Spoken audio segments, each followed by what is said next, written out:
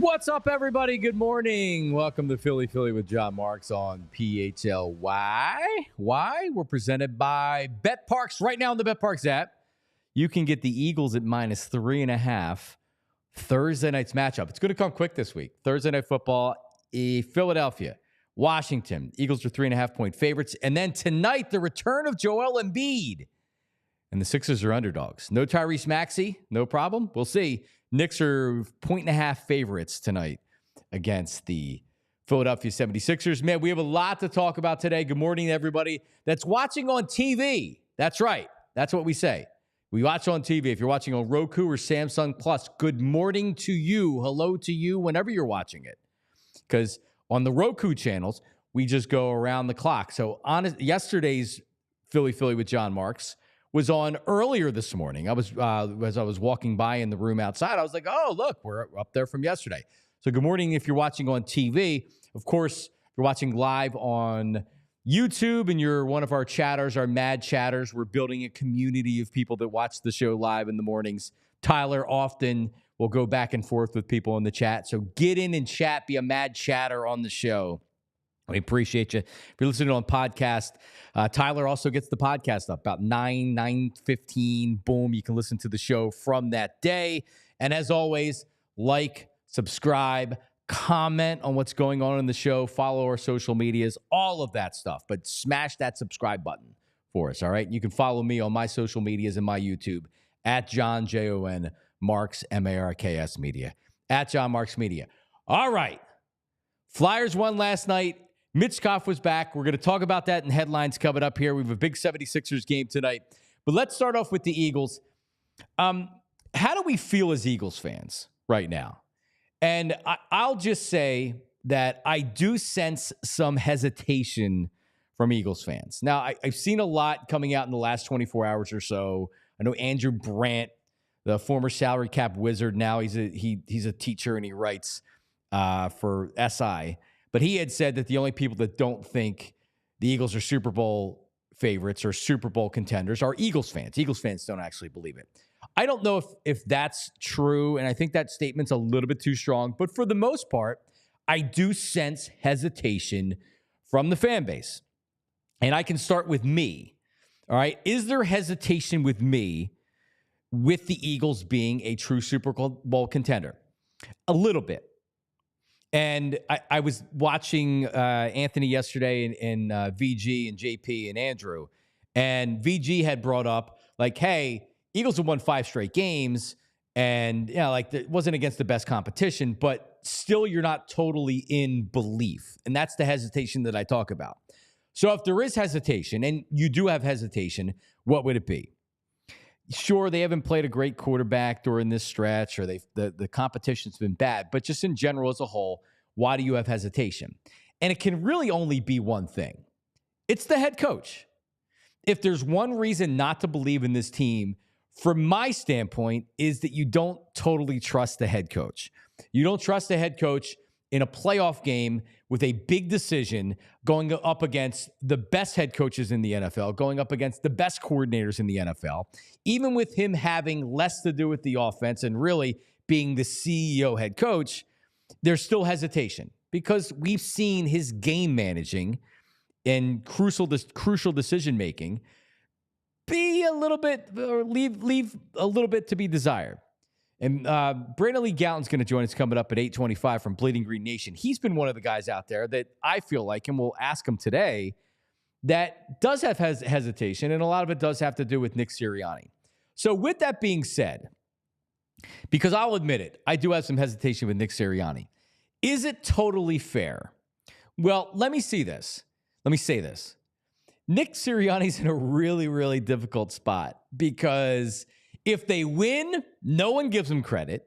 It's almost that they're winning in spite of Nick Sirianni. But if they lose,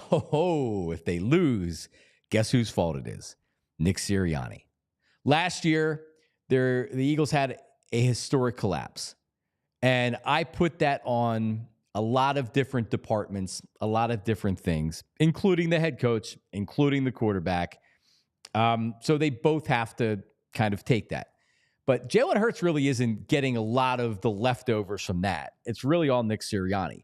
So when you collapse historically and you get smoked in the first round of the playoffs by the Bucks after you started the season 10-1 and you were the Super Bowl favorites, well, someone's going to feel it the next year, and there's going to be some untrustworthiness among the fan base.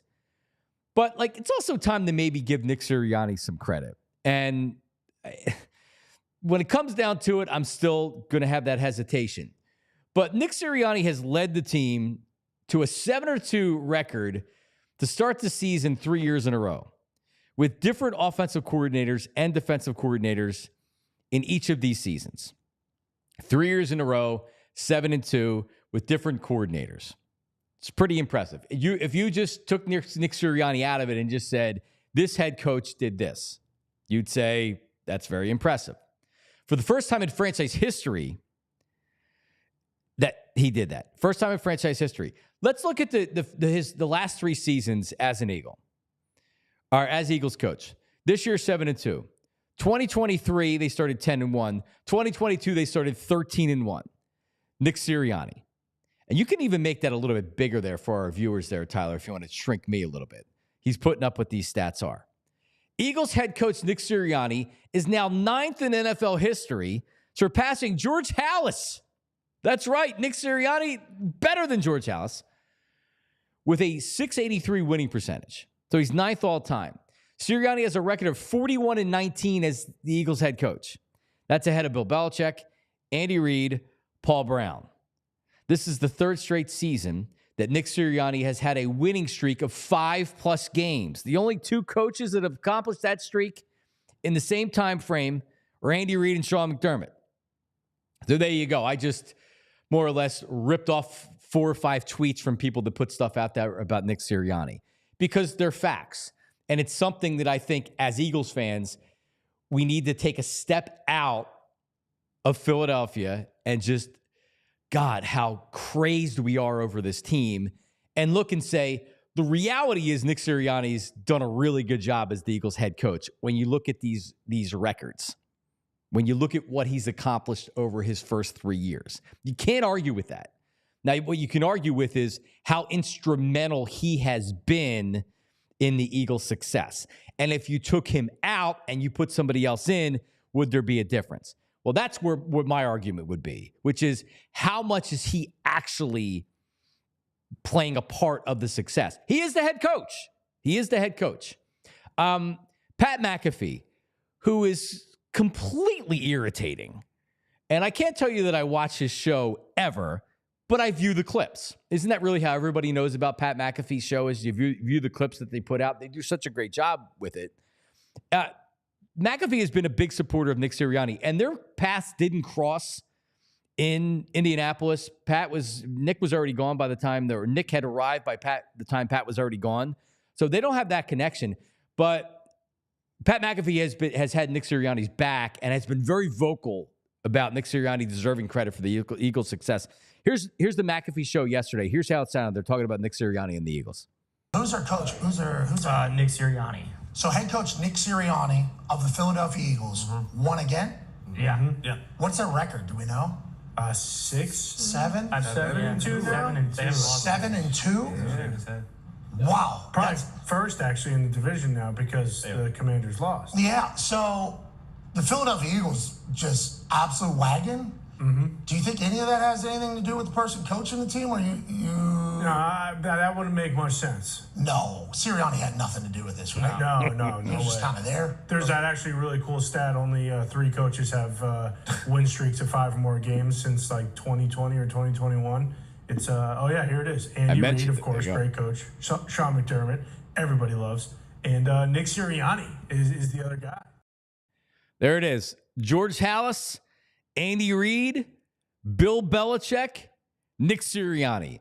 Tyler Zerly, which name does not belong, if any, of that group that I just mentioned right there? Well, I mean, of the group you mentioned in terms of Hall of Fame candidacy, it's Nick Sirianni. But, you know, I guess this is where we have the conversation. Do the stats tell the whole story, and is it enough, right? Because we've been critical of this guy, and I think rightfully so. I think that there's been decision-making along the way that has not been up to standard of this city and up to standard of this team. And I felt like I tweeted this out after the Jags game that the Eagles are 6-2, and in spite of Nick Sirianni basically doing whatever he could to help lose this game. I totally agree. And real fast. And then by Tuesday and then Wednesday, I kind of like, all right, he drives you crazy during games when he makes these decisions. I think that visceral feel starts to bleed away as the further you get away from the game. And then you look at it and go, all right, well, they've won 5 in a row. They're 7-2. And this is a much more convincing 7-2 than the, 9-1 or 10-1 start that they had last year. It was a lot of close games. I know Bo talked about this on Anthony's show yesterday. I saw it. It's true. You know, and I get it, right? You play who you play when you play them. And you played the Dallas Cowboys when they were a bad football team with a backup quarterback, but you annihilated them. And I'm not going to apologize for playing the Cowboys at all when they stink. You know, you played Deshaun Watson stinks, and you played the Browns, but your defense played well, and you won the football game, right? So, like, they've dominated these teams. At some point, you're just going to look at this and say, yes, there's deficiencies in the coach's decision. Yes, there is some question marks at the head coach position still. But this team is 7-2. They're first in the division by a half a game over the Commanders. Big game this week, you know, kind of a measuring stick for both of these teams. Because if you look at Washington, they've really rolled against some bad teams. And the two best teams that they've played this year, they've lost to. They lost to the Steelers, and they lost to who was the other? I forget who else they lost to. But their best win right now is Cincinnati. Now, you could say the same thing for the Eagles. Is the Eagles' best win Cincinnati? Probably. But I think it's a good measuring stick for both of these teams. So I think both of these things can be true, where you say, yeah, there's been some questionable decision-making from Nick Sirianni, and I think there is some deficiencies at the head coach. Yes, they lost to the Bucs. First week of the year. Right, and the Bucs were playing well at the time. You could say there's deficiencies with this team, with this coaching staff, and then you could also say that this team is so talented that maybe it doesn't matter, and they're 7-2 for a reason. No, that was I think that was that the preseason? No, that was So they did. All right. So they did lose. They lost to the Ravens, which was a close game. I mean, really, like, they beat the Bears, and the Bears stink. And not like Caleb Williams was on fire. The Bears are a mess. They're a mess. They just squeaked out one over the Giants. They annihilated the Cardinals. So we'll have plenty of time to talk about. It was the Bucs. The first week of the year, they lose 37-20 to the Bucs. We're definitely on the same page, and I want to get the headlines here. We're definitely on the same page where, like, here's the great thing about sports and about the Eagles. Nick Sirianni is going to get a chance to guide this team into the playoffs and to make great decisions in the playoffs and to win, because talent's not an issue on this team. That's for sure. So it is a tough spot for him to be in when you are, oh, the Eagles lost, Nick Sirianni, fire him. Oh, the Eagles won, Nick Sirianni, fire him. Or, Nick Sirianni didn't do anything. That was Saquon Barkley. That was the offensive coordinator. That was Jalen Hurts. Tough spot to live in, man. Well, and I think that the one thing that we can recognize is that the coordinators around him have done a nice job the last couple of weeks. I roasted Vic Fangio after the Falcons game. I was miserable after the Falcons game. And then they had a great defensive performance against the Saints and then stunk up the joint against the Buccaneers. And since then, they've done a really nice job. You're getting, I don't think we could laud Zach Bond any more than we have. I don't think we could give Quinyon Mitchell any more credit than we have. Cooper DeJean has been a good addition since stepping into the role. He's made a huge impact. Like you're getting, and Nakobe Dean, I think one of my former coworkers, Dylan McKinnon, put this up. Zach Bond and Nakobe Dean have more stops already this year than the linebacking core, the starting linebacking core of Cunningham and Morrow and Dean did last year. Zach Bond is such an upgrade. He's been the top graded linebacker in football, I think 3 times in the last couple of weeks.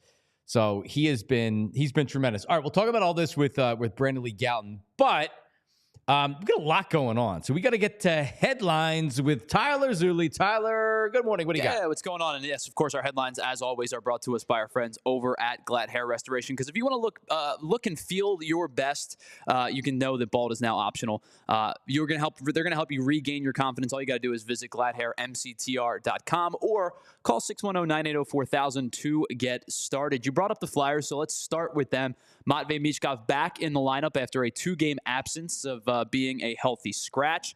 Ryan Poehling also back in the lineup last night for the Flyers. Morgan Frost is the healthy scratch. Jamie Drysdale hits the the injured list with a upper body injury, and that's what we know for now, as hockey likes to do. They like to call it upper and lower, and that's about the extent of it. So we'll probably get more on Jamie Drysdale in the coming days. But Paling and Michkov back in, Frost and Drysdale out. But the Flyers win this one in a shootout last night, so they get the 4-3 win. They were up 3-0 in this one. San Jose got 2 back in the second, scored late in the third to tie it and send it to overtime. Flyers win the shootout 2-0. And of course, yesterday, Matvei Michkov has 2 points in his return to the ice, a goal and an assist. They go to OT.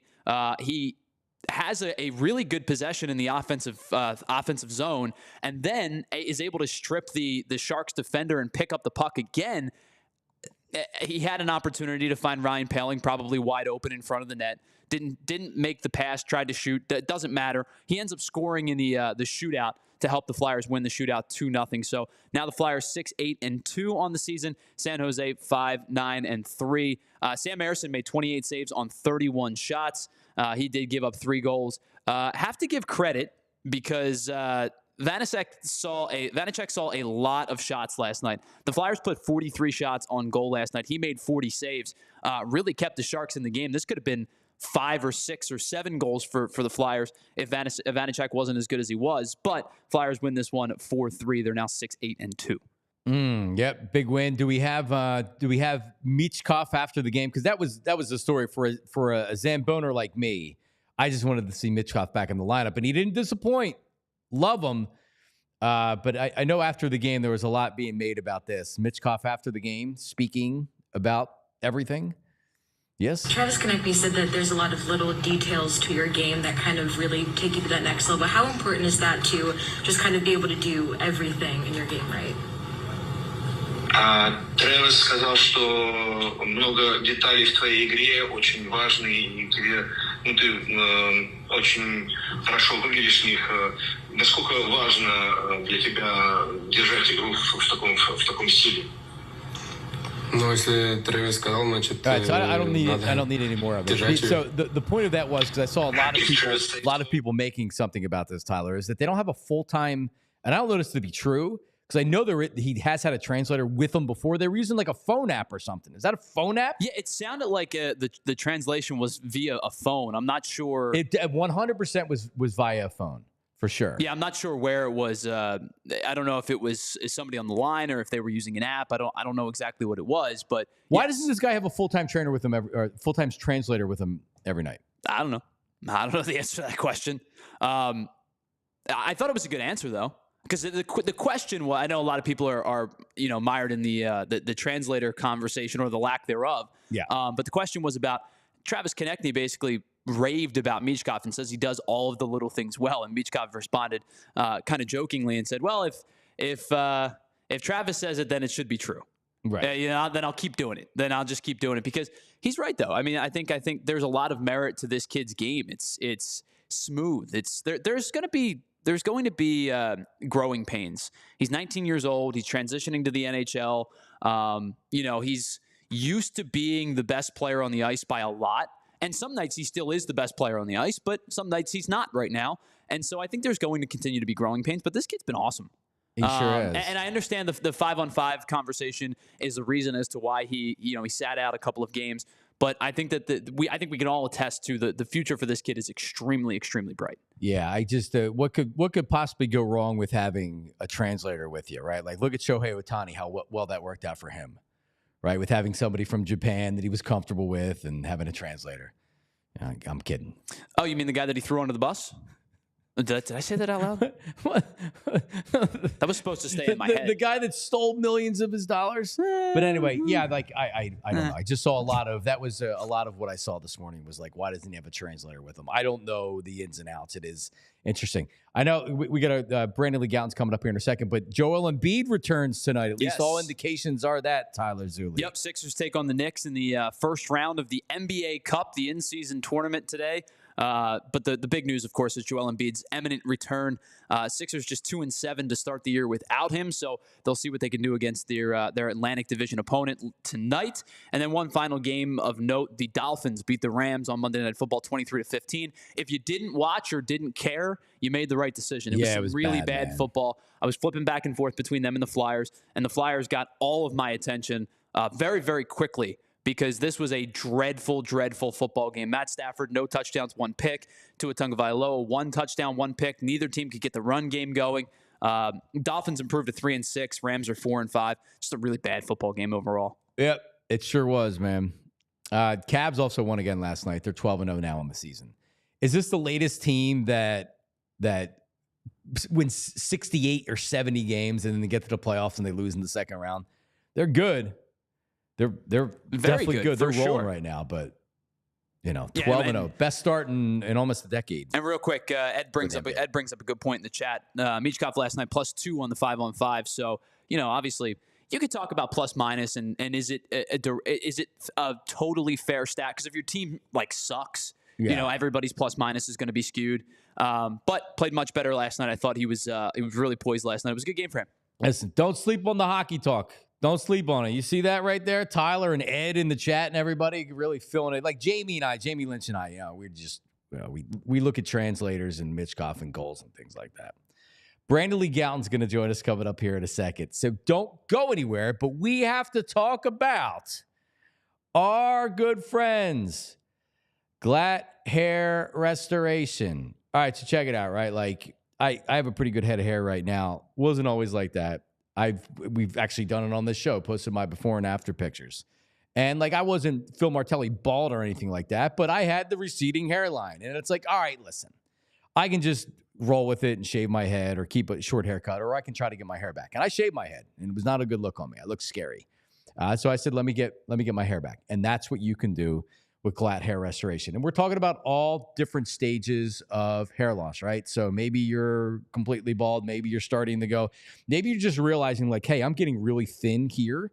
Well, Glatt Hair Restoration has something for you, right? Leading edge treatments for prevention and restoration. So prevent it, don't lose any more, and restore it. They can help you with that. Vitamin supplementation, PRP and stem cell restoration. When I tell you that innovations and technology and science across everything, right? But in particular with this, because that's what we're talking about, you can get your hair back. You can keep your hair.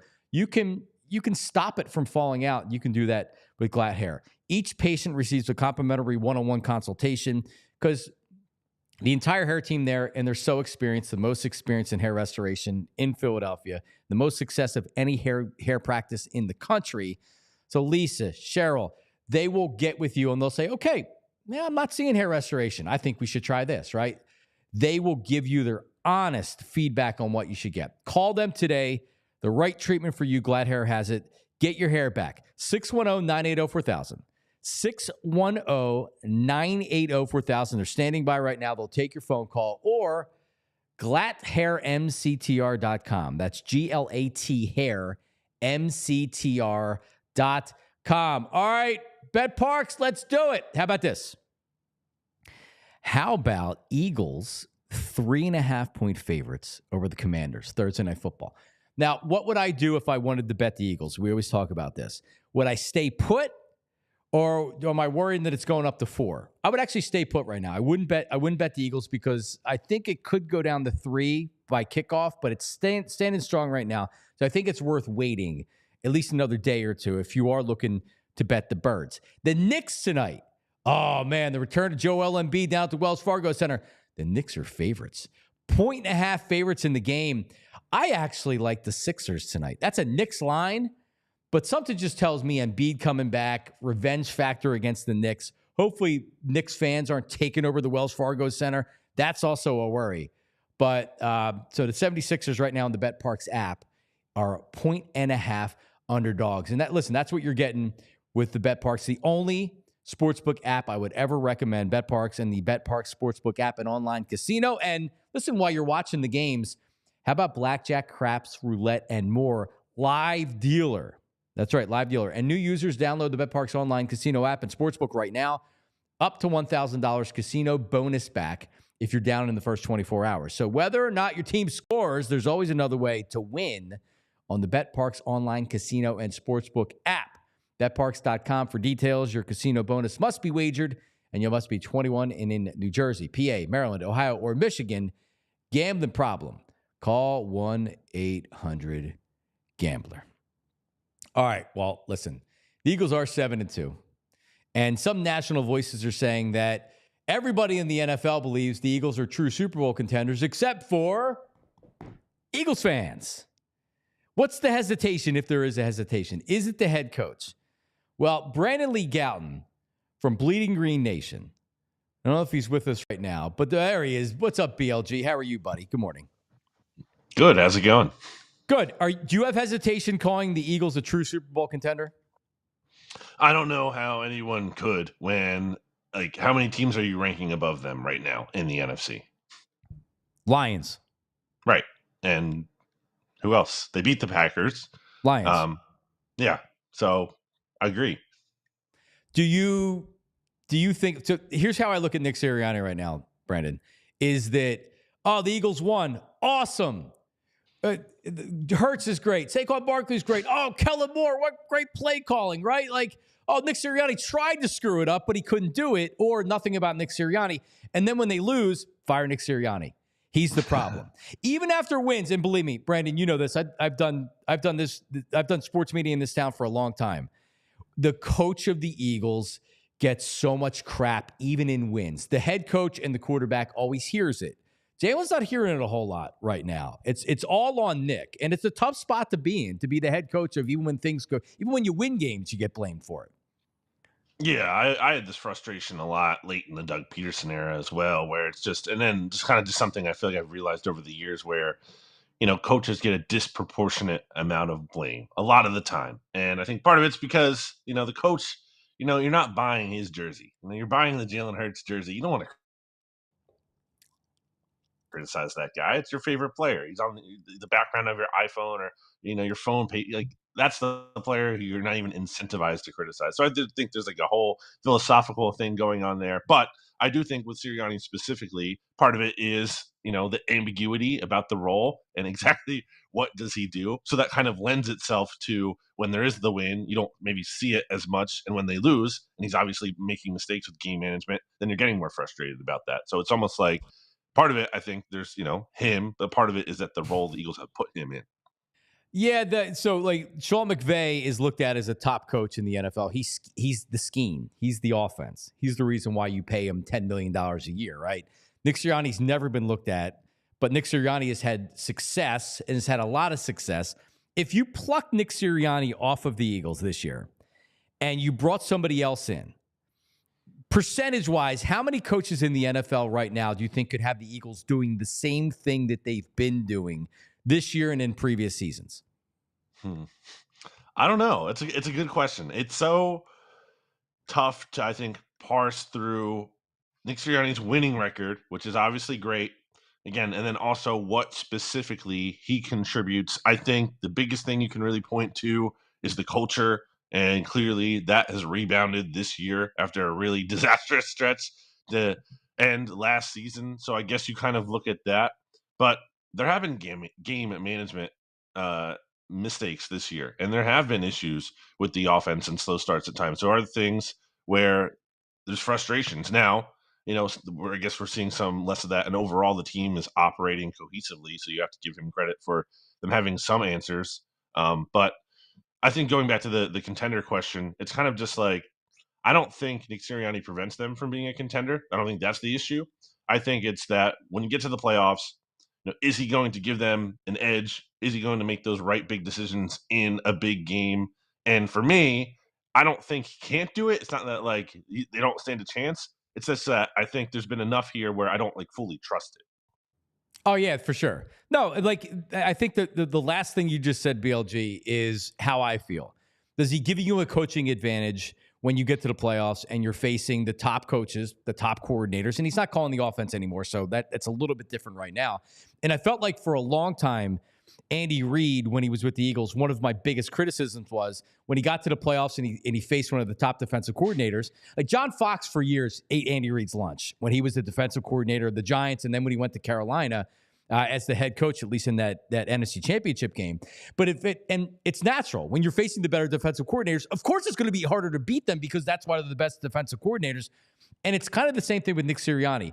Does he give you a coaching advantage when you get to the playoffs? And like, I kind of feel the same way about Dan Campbell. And Dan Campbell's now a darling of the NFL. You watch those Lions games, they've been blowing everybody out for the most part.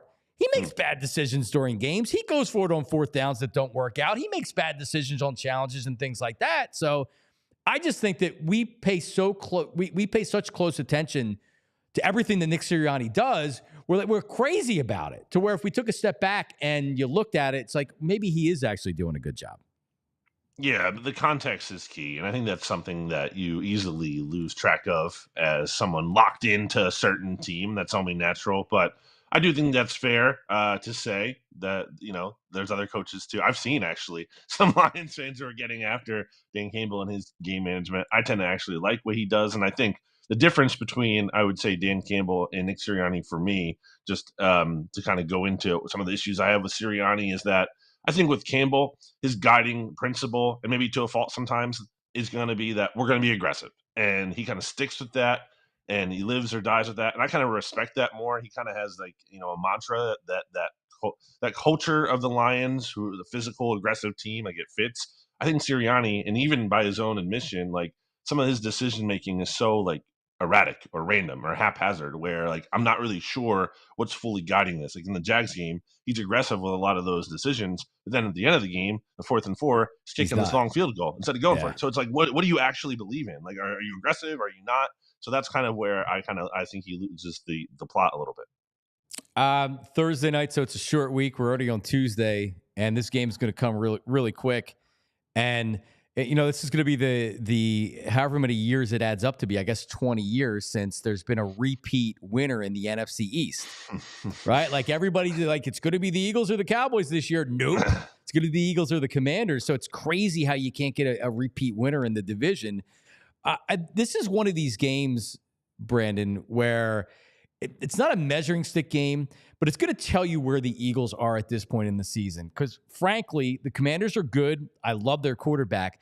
They're coming in the Lincoln Financial Field on Thursday Night Football, primetime game. This is a veteran team. This Eagles team is a veteran team. Their defense is young, no doubt about it.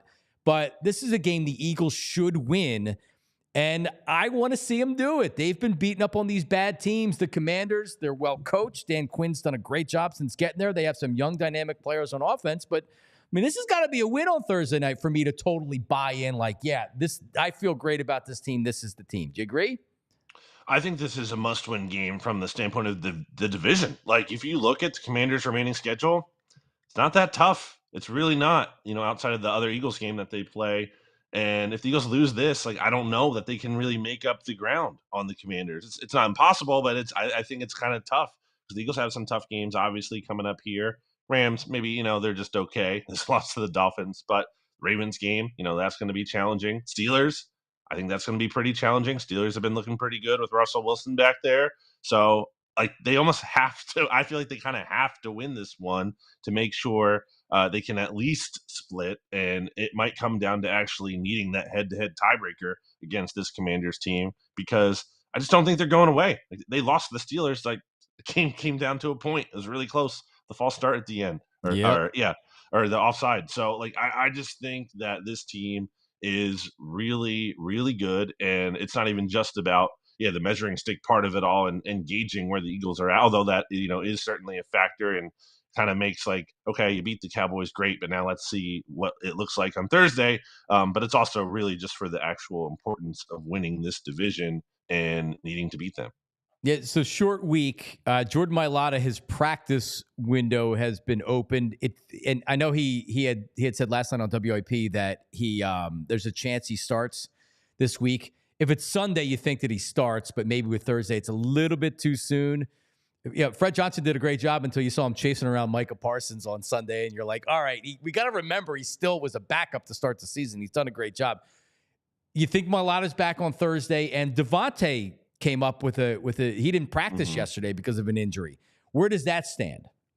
Yeah, Devontae also missed some time in practice last week with that hamstring, so I'm guessing that it's kind of just like a ramp-up thing, that they're really just being extra cautious with him and making sure to get him to Thursday, even though they didn't actually practice or do anything on Monday, just an estimated injury report. But with Jordan, I think there's a real chance he does play, not only because he said that, and Nick Sirianni basically said that as much, didn't rule it out. It's because if the Eagles are going to open his window here, again, they're not really actually practicing this week anyway. So there isn't a whole lot of value in, so with some other guys that they've done this for, opening the window, they were valuing getting those practices in and kind of seeing how the player responds to those, but they weren't necessarily activating them that week. They would do it the next week or so once they were ready, and they had the data from practices to see how they would handle it. But with Jordan Mailata, again, there's really no benefit of doing that this week. The only benefit of doing it is giving him the chance to play. So, I think it's going to come down to how does he look in whatever sessions that they do. Maybe they might want to get him, that pregame workout and see how he handles that on Thursday night and kind of make him a game time decisions. But I think he has a chance. There he is, Brandon Lee Gowton. Everything on Bleeding Green Nation. Amazing coverage. Of course, right here on PHLY, we have great Eagles coverage. But, I just don't read everything at PHLY with Bo and Zach and everybody. One last thing. Back to Nick Sirianni. And I think, he's not looked at as being the smartest guy in the world as far as being a head coach. And I think a lot of people look at him and be like, does he even know what's going on? Is he being told, is Howie just operating everything from above and he's the figurehead? Last week, he let the cat out of the bag that Jalen Hurts wasn't practicing because of an ankle injury. How does that happen? He just seemed clueless to the designation or anything. And Eagles going to get in trouble for this. It seemed like that. I noticed Pro Football Talk didn't write about it. I don't know if that was just because it happened at a weird part of the week and no one really picked up on it and made a big deal about it. But with gambling that's out there, Brandon, and we know this, you can't get caught having a guy sit out practice and give up a BS reason for it. And then the coach says a couple days later, oh, yeah, he's dealing with an ankle injury. Where does this go from here? Yeah, it was weird, too, because it was actually, Zach Berman here from PHLY that asked the question, and he prefaced his question with load management. So, he brought up to the fact that he gave him the answer. Yeah, so I don't really understand how Nick got tripped up on the Nick, who doesn't like revealing things to a fault, to a point where it's just all right, you can actually, not everything is a competitive advantage. You can actually give us some color and insight here. So really weird to me that he tripped up on that. I mean, the thing there is hey, either tell the truth, or if you're going to lie, make sure that everyone's on the same page and everyone's lying. And yeah, so I think, the Eagles line, I think is going to be that, if they're talking to the league or whoever, their defense of it would be that, hey, it's it's ankle, but every player is dealing with some kind of bumps and bruises and soreness, and it hasn't risen to the level of where it's actually the serious thing. And hey, look at how he's running the ball. It's not really the serious thing, but it's something that they're trying to manage. Right. And you know what? I'm sure that the ankle is probably very minor, or minor. And it's something that, like you had said, what player right now, Ike used to say this all the time, what player this far into the season doesn't have bumps and bruises and things like that? Not everybody's given an injury designation. And it was more rest than he couldn't practice because of the injury. Hey, he's just got to get himself together. To me, it feels like the NFL is just going to act like that didn't happen and move on. But yeah. But it goes with the Maybe perception of Nick Sirianni. A slap on the wrist. Yeah. All right, BLG, thanks, buddy. All righty. See ya. There he is, Brandon Lee Gowton, Bleeding Green Nation. Good old Nick. You're like, oh, yeah, he didn't practice because of his ankle. What are you doing, man? It said rest. Can't say it's an ankle injury now, Nick. It goes to the perception of he doesn't know what the hell's going on. So my question is, obviously I'm not in these press conferences, but my guess would be that the team provides the injury report before he goes up there, right? This to me would be my only comp would be a band or a musical artist going on stage and having the set list in front of them and then going, Playing the wrong song. What song are we playing next?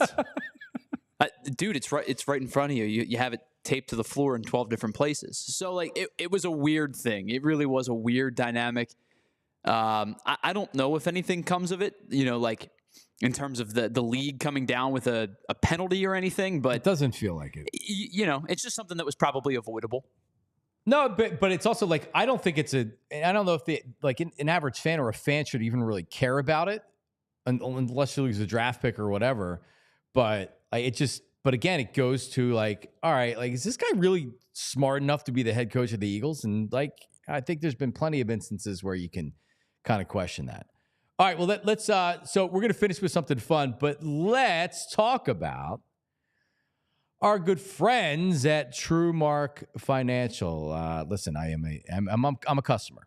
I've been was at the Phoenixville branch over the weekend, needed to make a deposit, and I opened my account up in Trooper. Amazing customer service, amazing feel. I had a lot of questions. Like it was a business checking account that I was opening up. So I was definitely the guy that walked in that had pretty much no idea what he was doing. I thought I had the right paperwork. I thought I had everything that I needed. Ultimately, I didn't, but we got that. Donna helped me out with everything.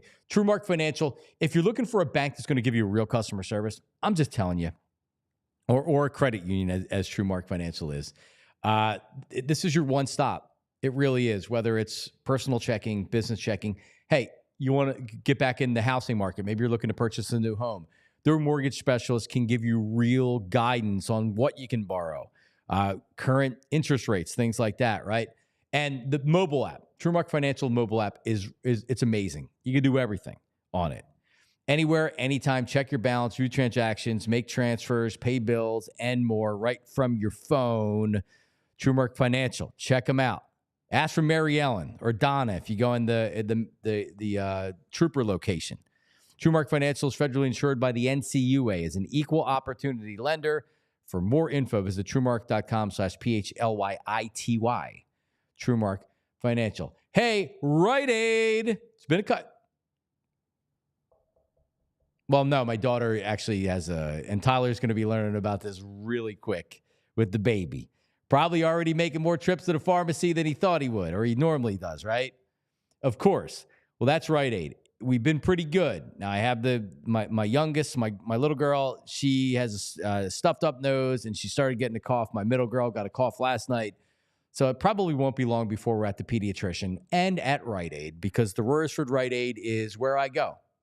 And it makes getting your prescriptions really easy. I'm diabetic. I have a ton of prescriptions. I have a ton of diabetic supplies that I need. I pick everything up pretty much in one swoop. You can bundle everything together so you only go once a month as opposed to going a couple times a week. You can enroll in automatic courtesy refills. Do this. Get a My Pharmacy account. You can download it from the Apple App Store or Google Play. Makes everything so easy for you. Sign up for prescription notifications. You can schedule a vaccine. Whatever it is, you can do it, and you can do it at Rite Aid. And while you're in Rite Aid, check out what they have. I love deals. I love sales. I'd rather buy a box of cereal that's a really, really good discount and not eat it than let that deal go by, because savings is the most important thing. Over-the-counter medicines, household products, cosmetics, and more. Just ask your pharmacy team for details. Restrictions apply. All right, thank you very much.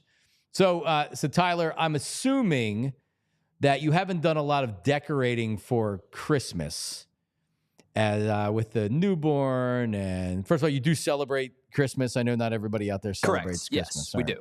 Now, are you normally a decorator for Christmas? So I am a staunch supporter, or maybe not supporter of, I don't like decorating for anything. Minimalism is great for me when it comes to decorating.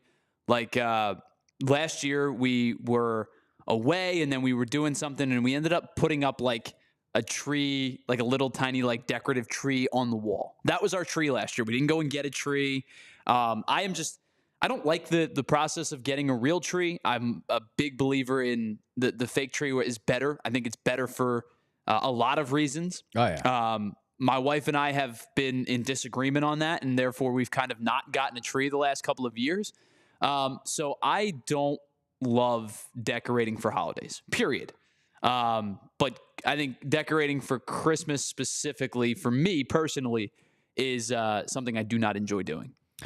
Yeah, I would say before the children, and really like being a bachelor, or like when my wife and I moved in together, and then we got engaged and married, it was definitely, she was all about Christmas.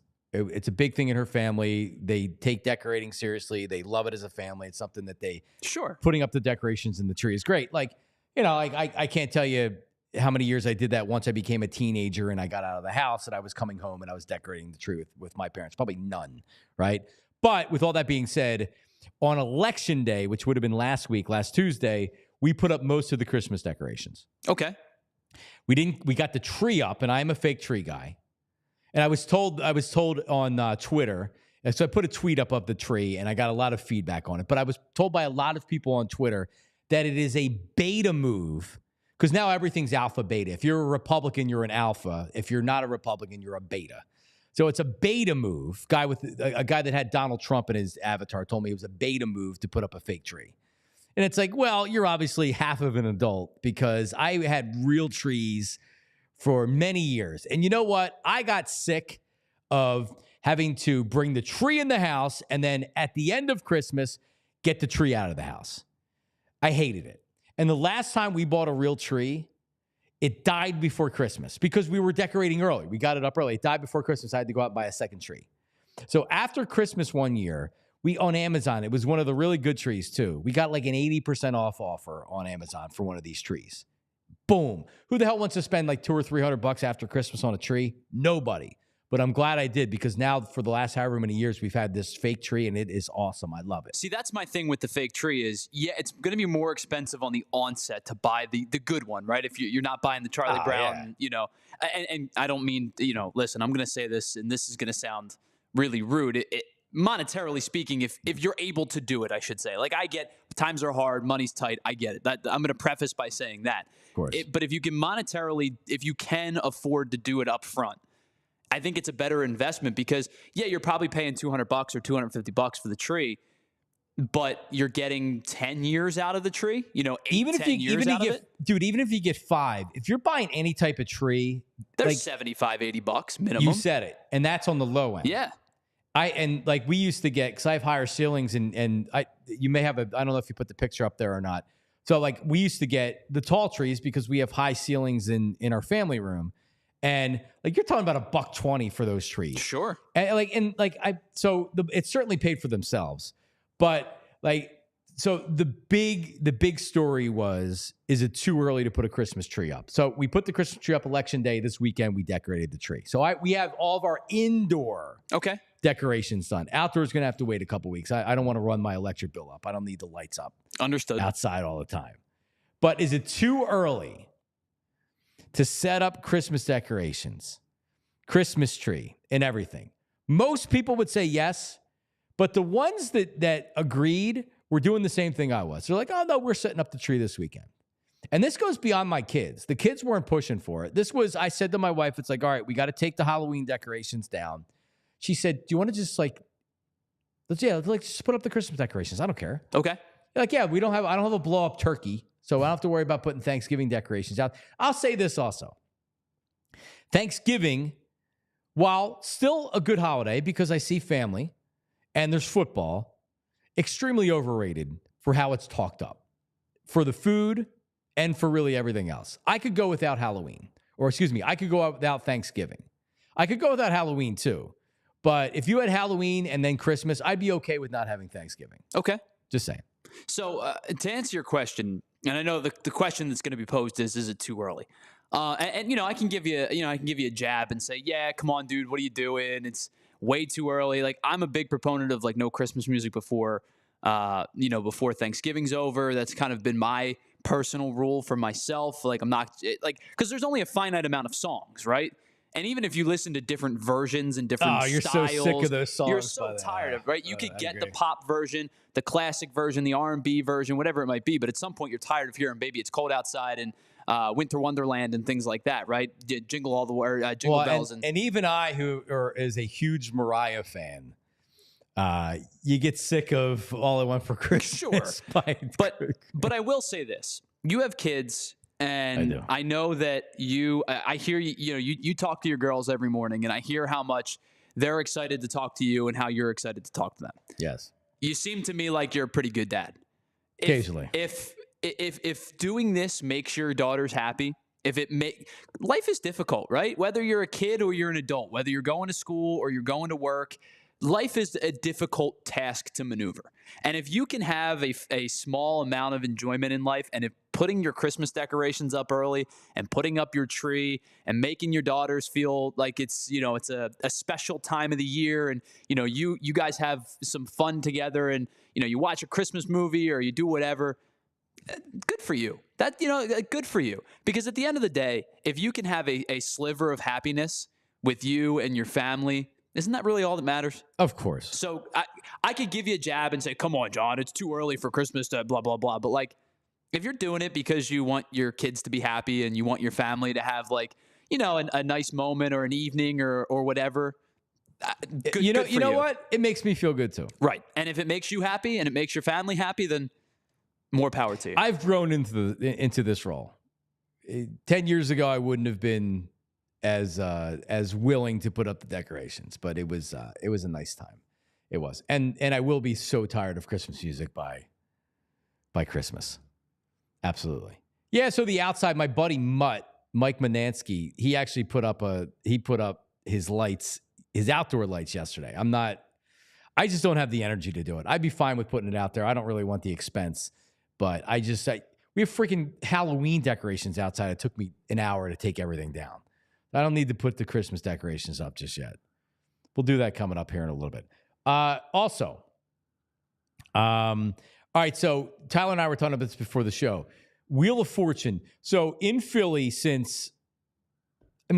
not since I was born, but not long after, Channel 6, Action News at 6 o'clock, World News Tonight. It was with Peter Jennings for a long time. It's been a while, but and then at 7 o'clock was Jeopardy. In the Wheel of Fortune at 7:30. Now, growing up, my parents were Jeopardy, and then Wheel of Fortune would probably still be on the TV. But then I'm not necessarily glued to watching Wheel of Fortune every night. My grandmother, though, my Mimi, was a big-time wheel watcher. She loved Wheel of Fortune. And she watched Jeopardy too, but she was Jeopardy and then probably like Wheel of Fortune a little bit more. She was one of the old ladies that would go to the Phillies game and knit at a Phillies game. You know what I mean? And then she's watching Wheel of Fortune at night. So I can't tell you that I've watched Wheel of Fortune except for clips online, which is what we're going to play here. But I haven't watched Jeopardy and Wheel of Fortune in I don't know how long. And I was just, when Tyler and I were reminiscing, I figured out that I probably stopped watching Jeopardy when Seinfeld went to 7 o'clock on Channel 29. So once Seinfeld was finished with it, well, it was even before that. But once Seinfeld reruns went to 7 p.m., I was watching Seinfeld reruns all the time. So I probably stopped watching Jeopardy. Therefore, becoming more dumb from watching Seinfeld and not watching Jeopardy. Because, Tyler, Jeopardy can actually make you sharp. Oh, for sure. My mom and I watched Jeopardy a lot when I was a kid. And my wife likes to give me a lot of flack because I'll be like 7 o'clock. And if the Sixers or the Flyers or Phillies aren't on, I'm like, I'm going to throw Jeopardy on for half an hour. I enjoy watching it. I agree. I think it challenges your brain. It kind of allows you to kind of remember the facts that you learned in high school and whatnot and see how much you remember. And then I do think you learn a little bit from it. I like Jeopardy. I've always been a Jeopardy fan. Well, Pat Sajak's retired and Ryan Seacrest has stepped in his spot. Pat Sajak was making $15 million a year. Was he really? But so when you think, gig if you can get it, man. And I forget what it is, and I could Google it real fast. He only worked a certain amount of days a year. So they used to shoot like 4 or 5 episodes a day. They would shoot more than that. They would shoot like 12 hours a day. Really? Yeah. Okay. I'm gonna have to Google it. But he made Pat Sajak was the smartest guy ever because he actually had a late night TV show that was on after. I don't know if it was before Letterman, but it was terrible. And I never liked it, but it was a long time ago. He stopped doing that. Pat Sajak never did anything else again other than Wheel of Fortune. He took his $15 million a year that he was making, and yeah, he could be like Ryan Seacrest. Ryan Seacrest has 55 jobs. He does everything.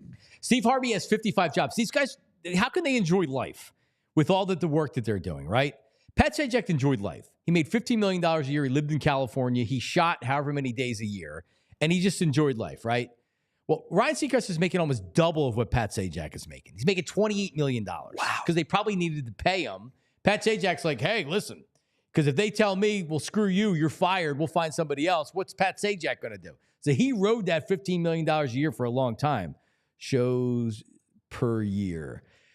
So here is, and I haven't seen Wheel of Fortune once since Ryan Seacrest. I'm sure he does a fine job. He's very good at what he does.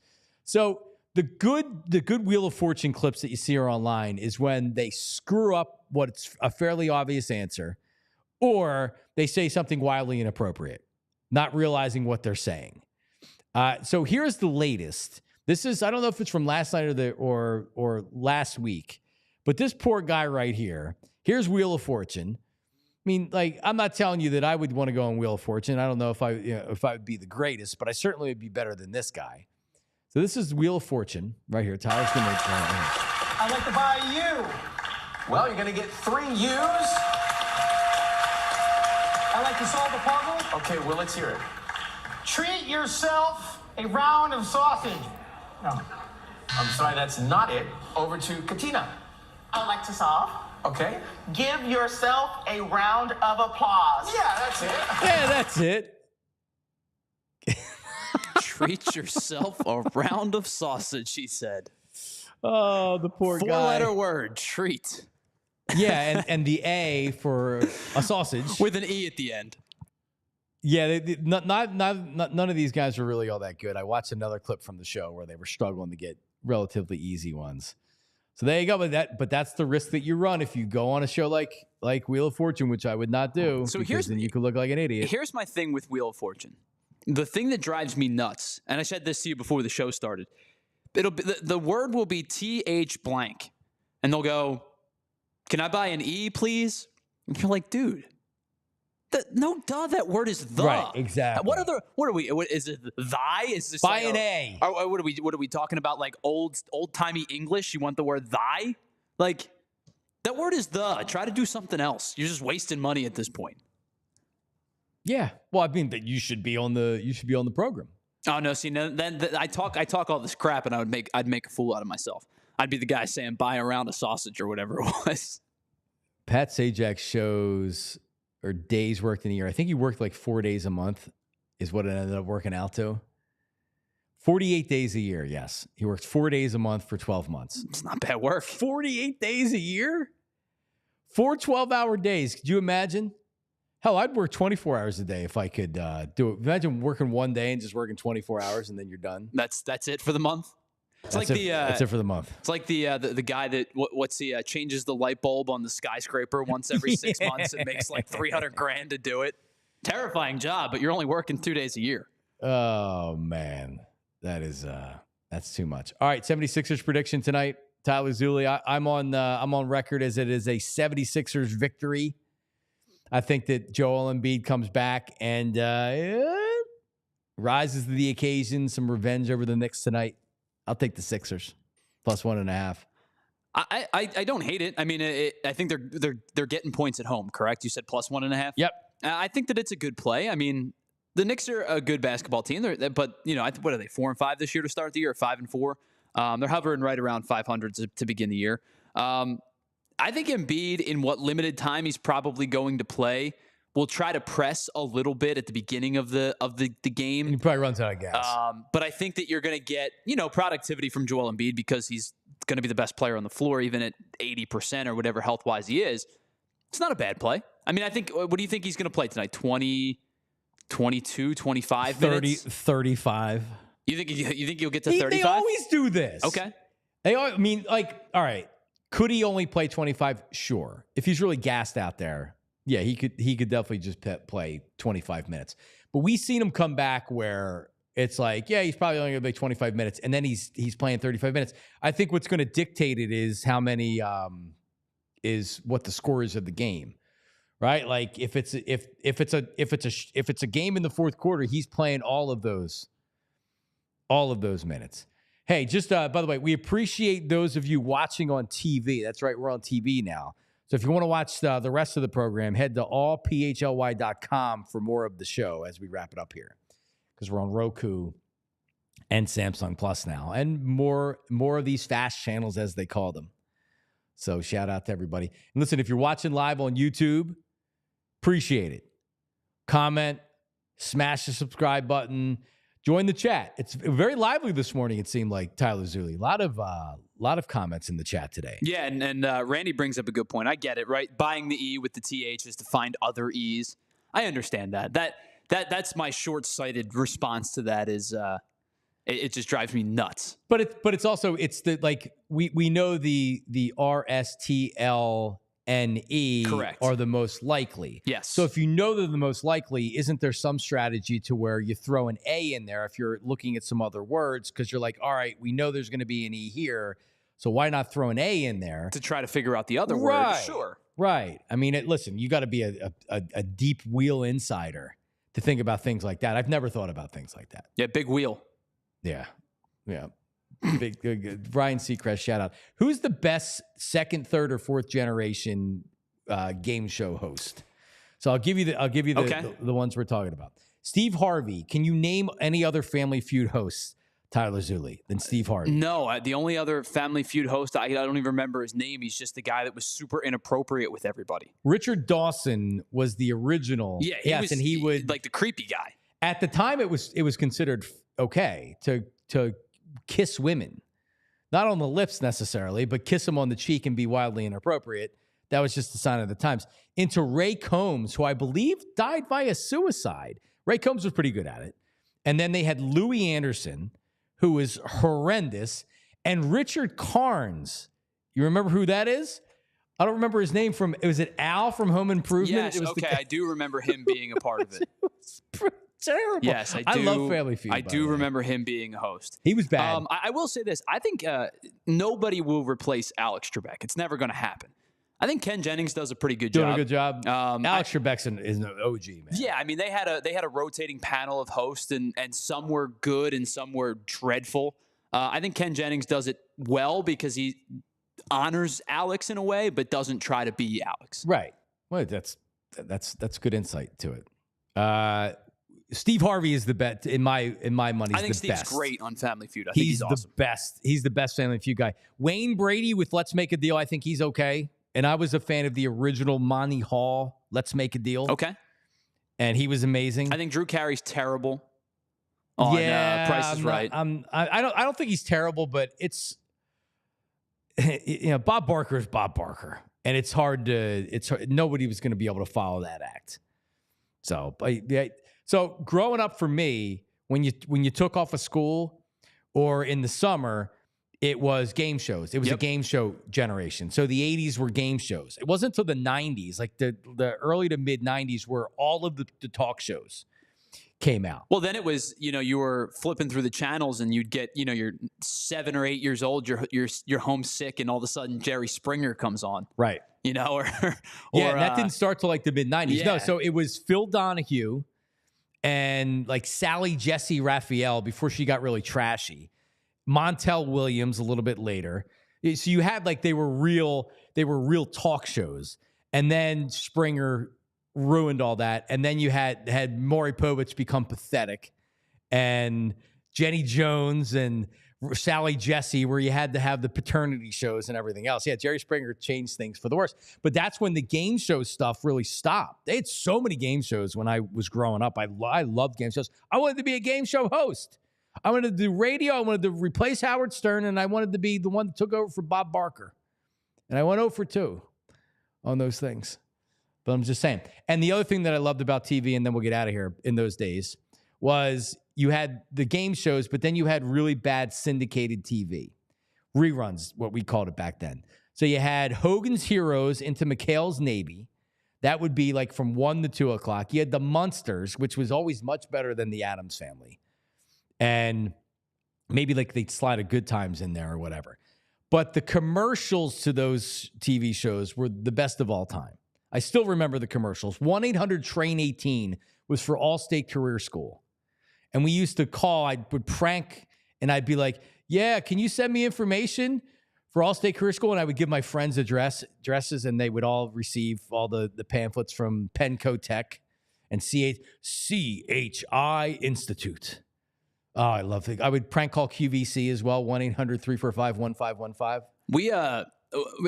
I think we were probably like early in high school, and we tried, the guys were together, we were hanging out, it was like 2:00 in the morning, and we're like, let's prank call QVC or whatever, whatever like selling channel it was.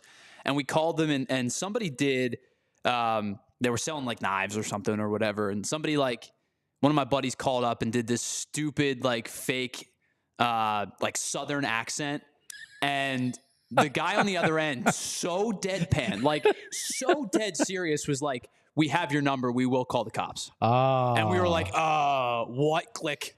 Yeah, you didn't realize that they had everybody's number. Right. Yeah. Yeah, we just thought we were being stupid, right? Come up with this stupid Southern accent, and he like really did like a old-timey cowboy accent. Oh, it's funny. And the guy probably was so miserable at like just taking stupid calls like this all night. And he was like, "Yeah, we will call the cops." Dude, we've never hung up the phone so fast in our lives. We used to call every 800 number, and crank call. It was so much fun. So much fun. All right, flip over to Ant. He's live right now on PHLY. We are back at 8 a.m. Subscribe. Thanks to the chat. Mad chatters out there, subscribe.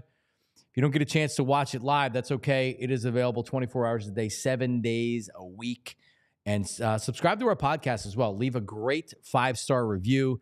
Tyler pops the podcast up every day. A little bit after 9 o'clock. You can listen at your convenience. Thanks, everybody out there. Thanks to Lee Gowton. We'll talk tomorrow, live at 8 a.m. See ya. We all silly like the mayor.